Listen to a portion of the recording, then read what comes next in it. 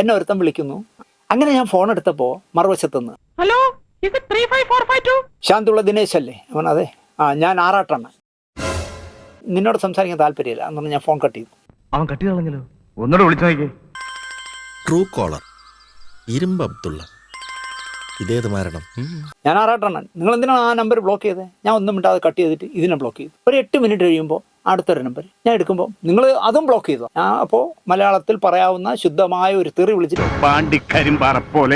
നിന്നെ എറണാകുളത്ത് എവിടെയെങ്കിലും വെച്ച് കണ്ടാൽ നിന്റെ മൂക്കിനെ ഞാൻ ഇടിച്ചു പരത്തും എന്ന് പറഞ്ഞിട്ട് ഒരു തെറിയും വിളിച്ചിട്ട് ഞാൻ അതും ബ്ലോക്ക് ചെയ്തു. യവൻ ഇതൊക്കെ റെക്കോർഡ് ചെയ്യുകയാണെന്ന് എനിക്ക് അറിയില്ലായിരുന്നു.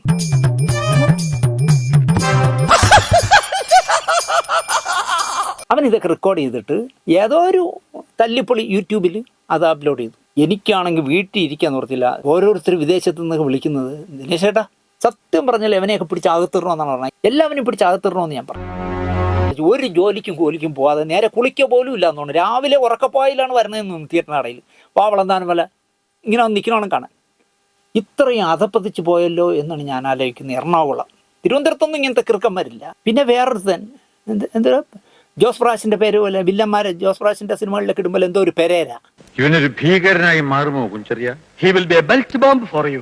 പിന്നെ ഇപ്പോൾ ഒരു കുരങ്ങനെ പോലെ ഒരു ചെറുക്കൻ ഈ ടെർബോ ഇറങ്ങിയപ്പോൾ ഇതെവിടെ നിന്നാണ് ഞാൻ അതിശയപ്പെട്ടു. ഒരു കുരങ്ങൻ ചെറുക്കൻ, ആന ഇങ്ങനെ ഇരിക്കുന്ന ഒരു ആനപ്പല്ലൊക്കെ വെച്ചൊരു ചെറുക്കൻ ക്യാമറയുടെ മുമ്പിൽ വന്നിട്ട് എന്തൊക്കെ വിളിച്ചു പറയണമെന്ന് എനിക്കറിഞ്ഞൂടാ. കിംകിമ്മ എന്തിരുന്നൊക്കെ പറയണോ അവൻ. യവന്മാർ ഇങ്ങനെ ഒരു 6-7 എണ്ണം ഇറങ്ങിയിട്ടുണ്ട് എറണാകുളത്ത്. ആലുവയിലെ ഏതോ ഒരു തിയേറ്ററിൽ ചെന്ന് പടം കാണാൻ ചെന്നിട്ട് 5 മിനിറ്റ് കഴിയുമ്പോൾ പുറത്തിറങ്ങി റിവ്യൂ എടുക്കുന്ന മോമാരെന്ന് പറയുന്നു. ഇവരെയൊക്കെ ഇങ്ങനെ കയറൂരി വിടാമോ എന്നാണ് ഞാൻ ആലോചിക്കുന്നത്.